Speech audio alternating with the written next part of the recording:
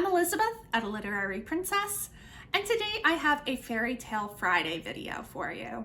Fairy Tale Friday is where I take a fairy tale retelling and I examine it as a retelling, and I do it on Friday, hence the name. So today I have for you The Seventh Bride by Kingfisher, which is a retelling of Bluebeard. This is going to start with some information about the fairy tale, then The Seventh Bride as a retelling, my thoughts on the book, and we'll end with some reading recommendations. Let's jump in. This is Editing Elizabeth here because I forgot to mention this video contains spoilers for The Seventh Bride, as well as for Bluebeard in general. So if you don't want spoilers, you should click away now. Okay, back to the regularly scheduled Fairy Tale Friday. Bluebeard is definitely one of the more gruesome fairy tales that you generally do not tell your children. The most well-known variant is the one titled Bluebeard by Charles Perrault, which is the French version. In this, a young woman marries this older man who is wealthy named Bluebeard because he has a blue beard.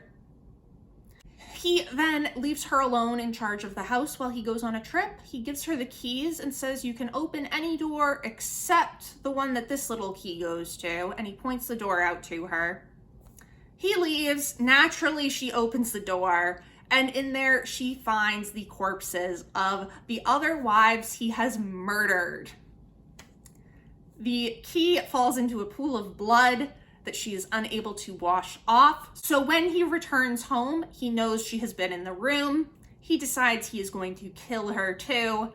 After a very drawn out and stressful moment of praying while her sister looks out the window for their brothers, the brothers show up and they kill Bluebeard, and we live happily ever after. What's probably the most interesting about The Seventh Bride is that it actually takes very little from this very well-known version of Bluebeard. Instead, Kingfisher is drawing off of a German version of the tale called The Robber Bridegroom and the English version of the tale called Mr. Fox. Now, these two tales are very similar. Basically, the summary of both of them is there is a young woman and she becomes engaged to this wealthy but rather mysterious man. He invites her to come to his house because she has never visited. She has to walk alone through this path in the woods where she comes across some rather foreboding messages. When she gets to the house, she is alone at first, but then she hears someone coming. She hides. It turns out to be her betrothed with another woman who he then proceeds to kill. And in The Robber Bridegroom, he dismembers and puts her into a stew. So, cannibalism. Why is it always cannibalism with these? She manages to escape, and with her comes the finger of the dead woman, because in both versions, the betrothed is dismembering the woman for different reasons, and the finger goes flying into our protagonist's lap. So the next day is the wedding feast, and she starts telling this story about this dream she had. And obviously it's what just happened to her the day before.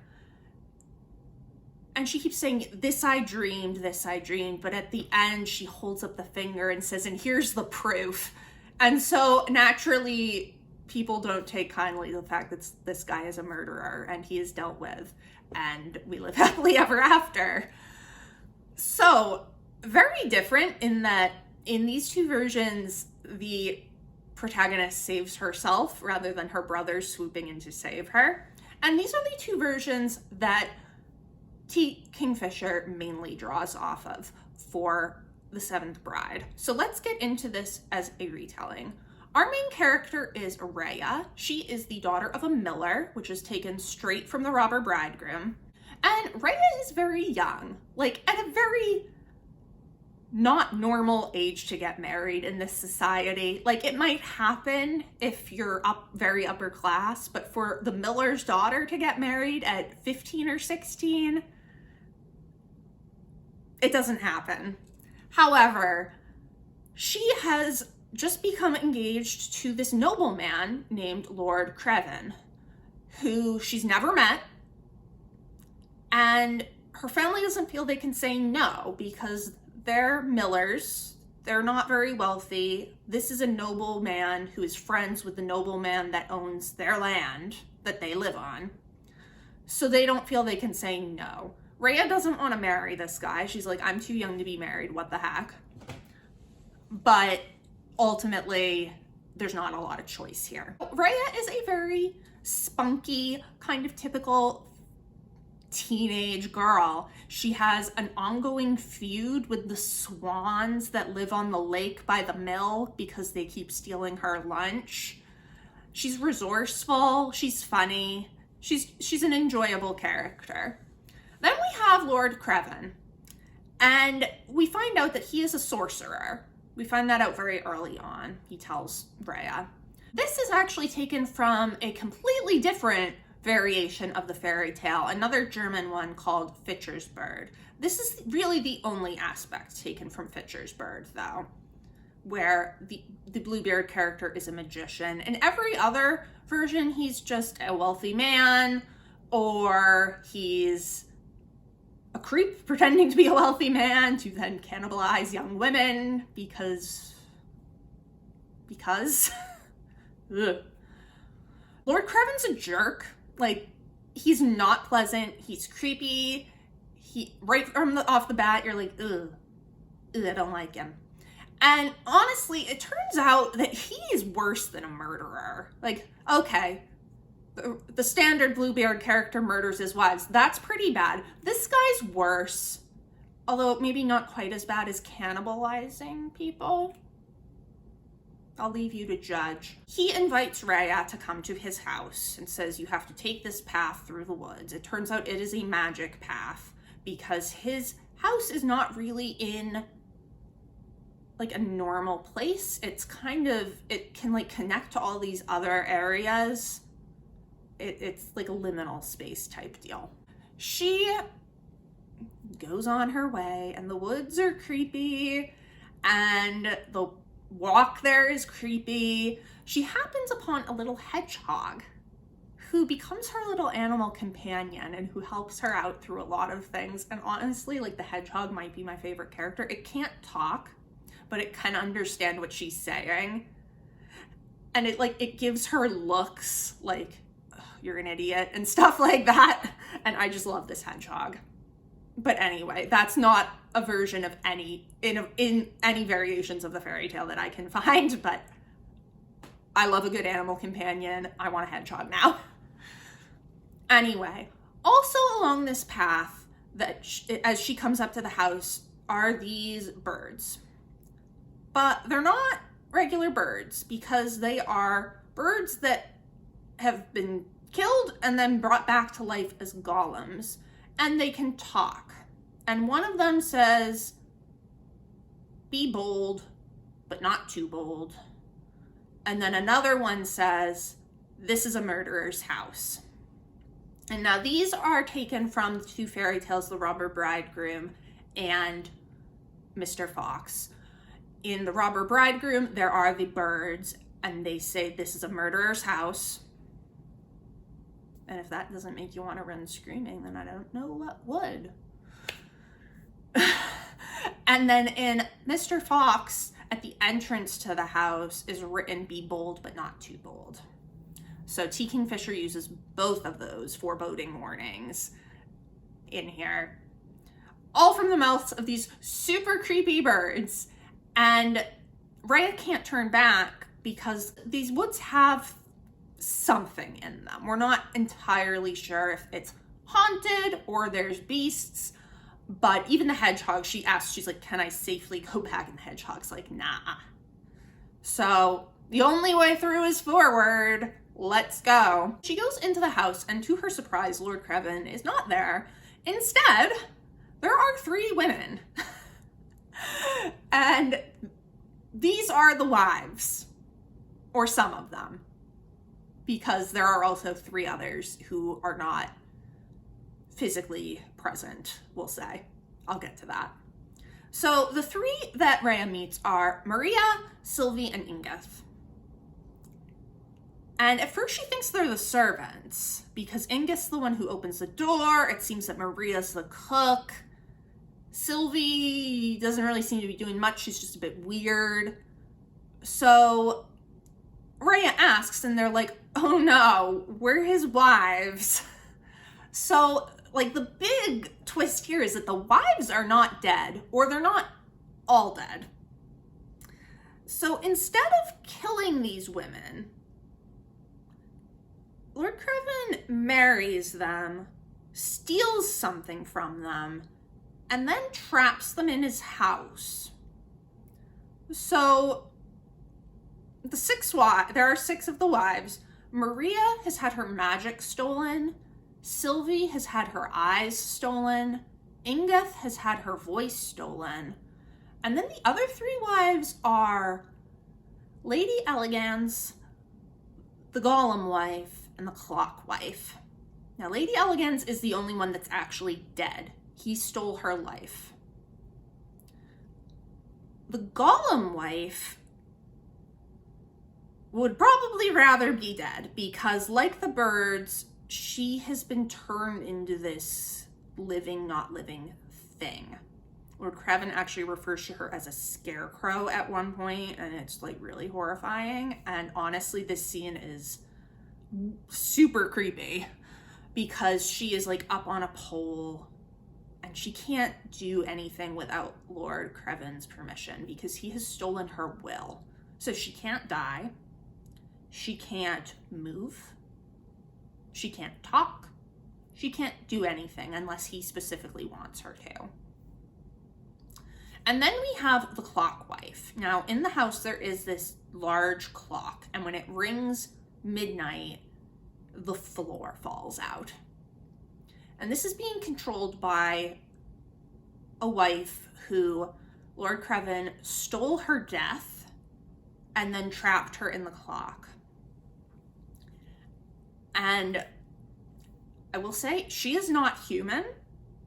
She is from some other world type thing.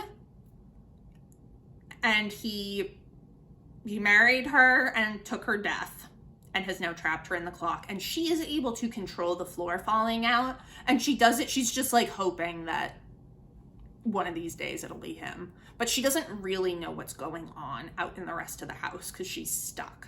That's the wives. Like I said, it's worse than just killing them. It's taking something from them and then forcing them to live there.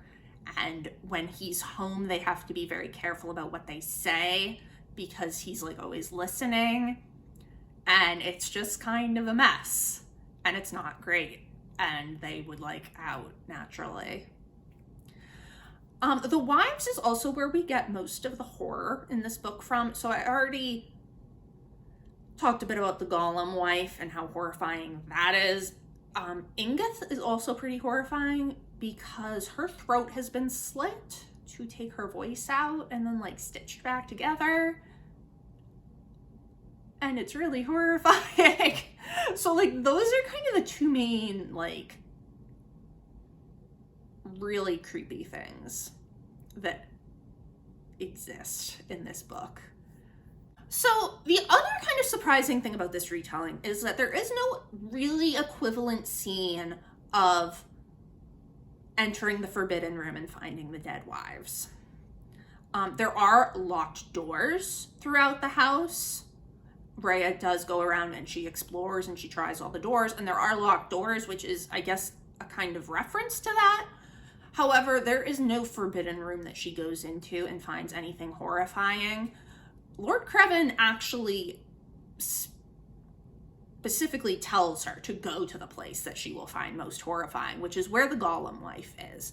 So Lord Craven sets her 3 tasks and says if she completes them, then she won't have to marry him.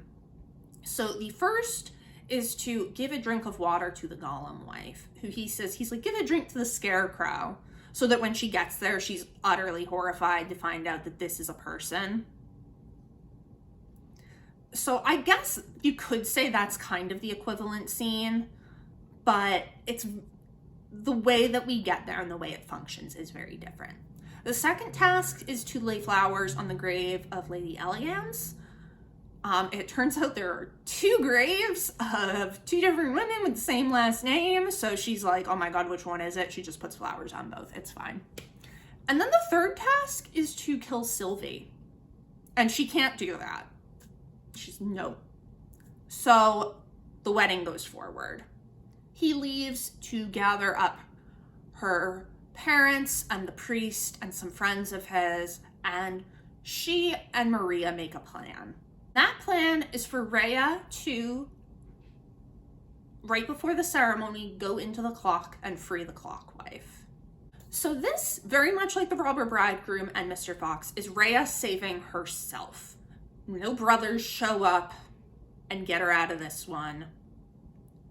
It's her. She has help from the other wives, particularly Maria, and then the clockwife. We'll talk about that. But it's her. She goes and does the action. So right before the ceremony starts, Rhea goes into the clock, and time moves differently there. So while it seems like a lot of time passes inside the clock, it's like mere seconds in the regular world. And she is able to bring out the clockwife, who is scary. And not like in a horrifying way, but like she's mad, she's not human, and she's got some powers. She walks up the aisle to the altar with the clockwife behind her, and no one else can see the clockwife at first. But then she gets up to the altar and she's like, I believe that you are already married, Lord Craven. I will leave you with your wife. And then everyone can see the clockwife. He's horrified, and the clockwife is pissed, and she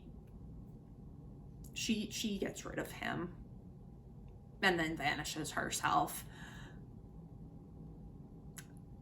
It's pretty great. Not gonna lie.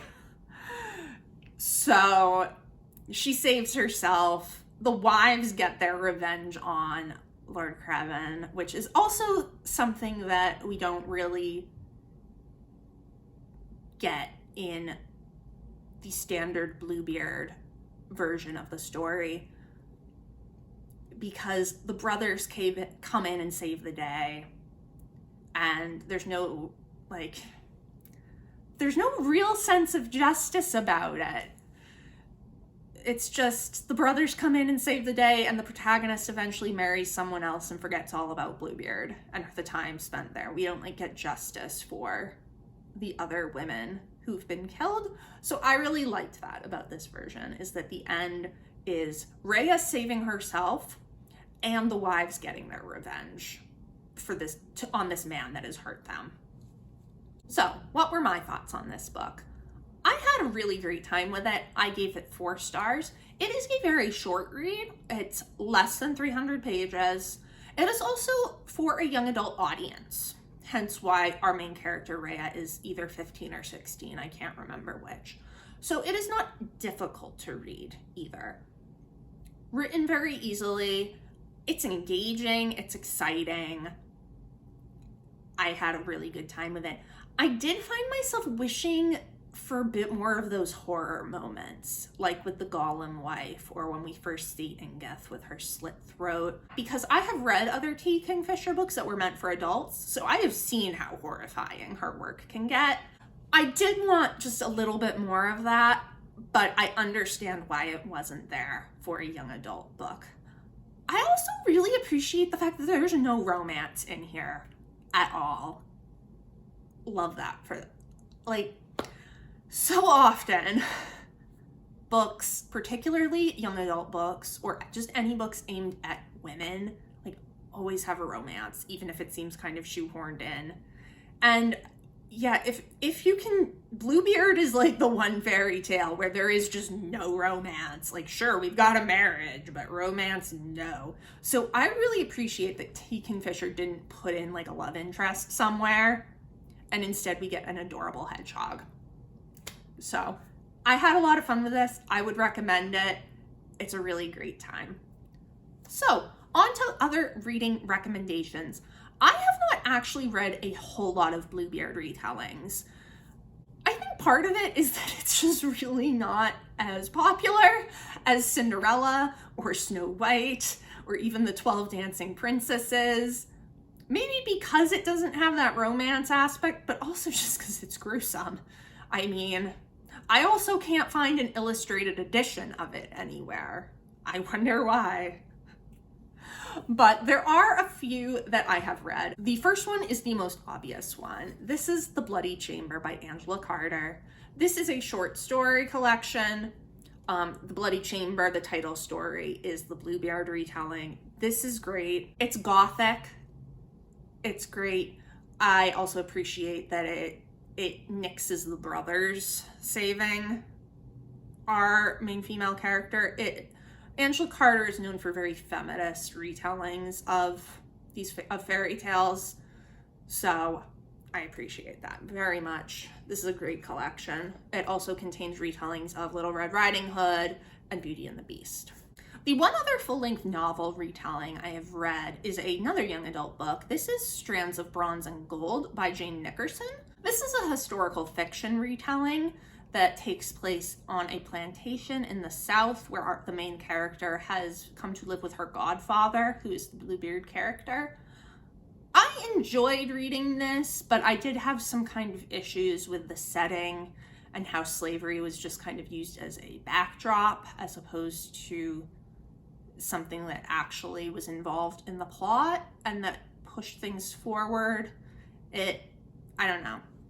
There's a bit of it that didn't really sit right with me, but I did have a lot of really interesting takes on the fairy tale. And the third one I have is another short story. I have it in this volume, The Secret History of Fantasy, edited by Peter S. Beagle. It is Bones by Francesca Leah Block. It also is found in her short story collection, The Rose and the Beast. It is a very short retelling, but it is very good. I read it in a class for undergrad on fantasy literature, and I really enjoyed it. I definitely want to read more by her. I should get her collection. So that is my Fairy Tale Friday post on The Seventh Bride by T. Kingfisher. Let me know down in the comments below. Have you read this? What did you think? What are your favorite retellings of Bluebeard? It has been great chatting with you. I will see you soon. Bye.